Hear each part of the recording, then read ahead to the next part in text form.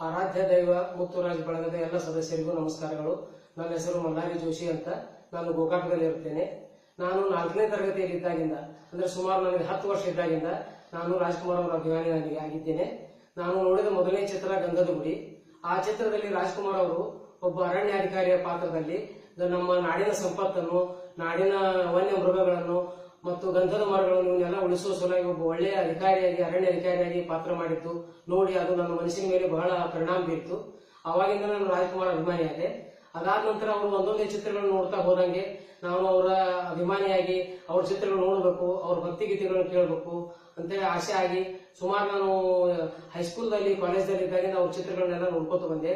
ಆಮೇಲೆ ಅವರು ಕೆರಳಿ ಸಿಂಹ, ಗುರಿ ಮತ್ತು ಜ್ವಾಲಾಮುಖಿ ಚಿತ್ರಗಳಲ್ಲಿ ಅವರು ಕರ್ತವ್ಯ ಪ್ರಜ್ಞೆ ಯಾವ ರೀತಿಯ ಕೆಲಸ ಮಾಡಿದ್ರಂದ್ರ ನಮಗೂ ನಾಳೆ ಅದೇ ರೀತಿ ನಾವು ರಾಜ್ಕುಮಾರ್ ಕೆಲಸ ಮಾಡಬೇಕು, ಯಾವುದೋ ಭ್ರಷ್ಟಾಚಾರಕ್ಕೆ ಒಳಗಾಗಲಾರ್ದ, ಯಾವುದೇ ಒಂದು ಈ ಧನವಂತರ ಆಮಿಷಕ್ಕೆ ಒಳಗಾಗಲಾರ್ದ ಅವ್ರ ಕರ್ತವ್ಯ ಹೆಂಗ್ ನಿರ್ವಹಿಸ್ತಾರ ಕೆರಳಿ ಸಿಂಹ ಚಿತ್ರದಲ್ಲಿ. ಅವ್ರು ತಮ್ಮ ತಾಯಿಯನ್ನು ಕಳ್ಕೊತಾರ ಕೆರಳಿ ಸಿಂಹ ಚಿತ್ರದಲ್ಲಿ. ಗುರಿ ಚಿತ್ರದಲ್ಲಿ ತಮ್ಮ ತಂಗಿಯನ್ನು ಕಳ್ಕೊತಾರ, ತಂದೆಯನ್ನು ಕಳ್ಕೊತಾರ, ಆದ್ರೂ ಕರ್ತವ್ಯ ಪ್ರಜ್ಞೆಯನ್ನು ಬಿಡೋದಿಲ್ಲ. ಆ ಧನಿಕರ ಒಂದು ಶ್ರೀಮಂತನ ಒತ್ತಾಸೆಗೆ ಮಣಿಯುವುದಿಲ್ಲ. ಅಂತಹ ಚಿತ್ರಗಳೆಲ್ಲ ನಮಗೆ ಪರಿಣಾಮ ಬೀರಿದು. ಮುಂದೆ ನಾವು ಕೆಲಸಕ್ಕೆ ಸೇರಿದ್ರೆ ಅದೇ ರೀತಿ ಆಗ್ಬೇಕಂತೇಳಿ ನಮಗೂ ಅವಾಗ ಒಂದು ಅನುಭವ ಆಯ್ತು. ಆಮೇಲೆ ನಾನು ಈ ಕೆಲಸಕ್ಕೆ ಸೇರಿ 20 ವರ್ಷ ಆಯ್ತು.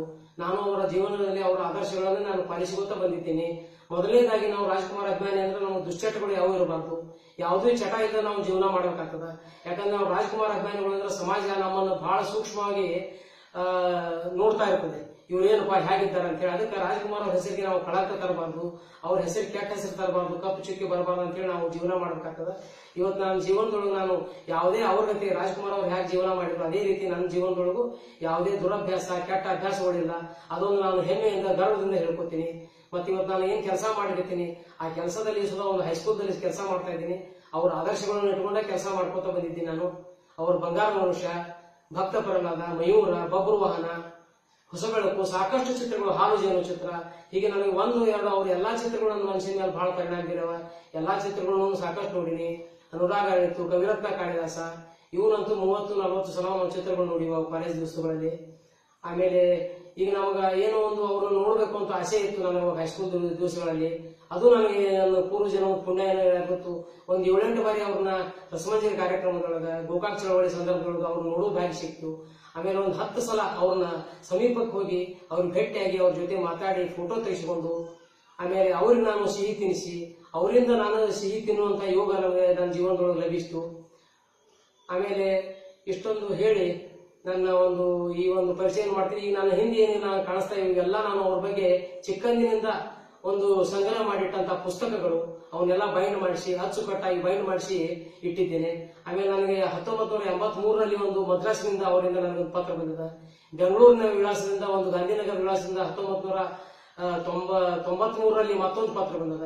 ಹೀಗೆ ನನಗೆ ಅವರಿಂದ 2 ಪತ್ರಗಳು ಬಂದವ. ಇವತ್ತಿಗೂ ನಾನು ಅವರ ಅಭಿಮಾನಿಯಾಗಿ ಇದನ್ನ ಮಾಡಿರ್ತೀನಿ, ಬದುಕಲಿಕ್ಕತ್ತೀನಿ. ಮುಂದೆ ಸುಧಾ ನಾನು ಯಾವತ್ತೂ ರಾಜ್ಕುಮಾರ್ ಅವರ ಅಭಿಮಾನಿಯಾಗಿ ಅವರ ಆದರ್ಶಗಳನ್ನು ಪಾಲಿಸಿ ಅವರ ಹೆಸರನ್ನು ತರುವಂತ ಕೆಲಸ ಮಾಡ್ತೇನೆ ಅಂತ ಹೇಳಿ ನನ್ನ ಈ ಒಂದು ಪರಿಚಯ ಮುಗಿಸ್ತಾ ಇದ್ದೀನಿ. ನನಗೆ ಈಗ 52 ವರ್ಷ. ನಾನು ಒಂದು ಹೈಸ್ಕೂಲ್ದಲ್ಲಿ ಕ್ಲಾರ್ಕ್ ಅಂತ ಕೆಲಸ ಮಾಡ್ತಾ ಇದ್ದೀನಿ. ನನಗೆ 52 ವರ್ಷ ಈಗ ಪ್ರಾರಂಭ ಇದೆ. ನಾನು ಯಾವತ್ತೂ ರಾಜ್ಕುಮಾರ್ ಅವರ ಅಭಿಮಾನಿಯಾಗಿರ್ತೇನೆ ಅಂತ ಹೇಳಿ ನಿಮ್ಮ ಬಳಗದಲ್ಲಿ ನನ್ನ ಒಂದು ವಿನಂತಿಯನ್ನು ಮಾಡ್ತೀನಿ.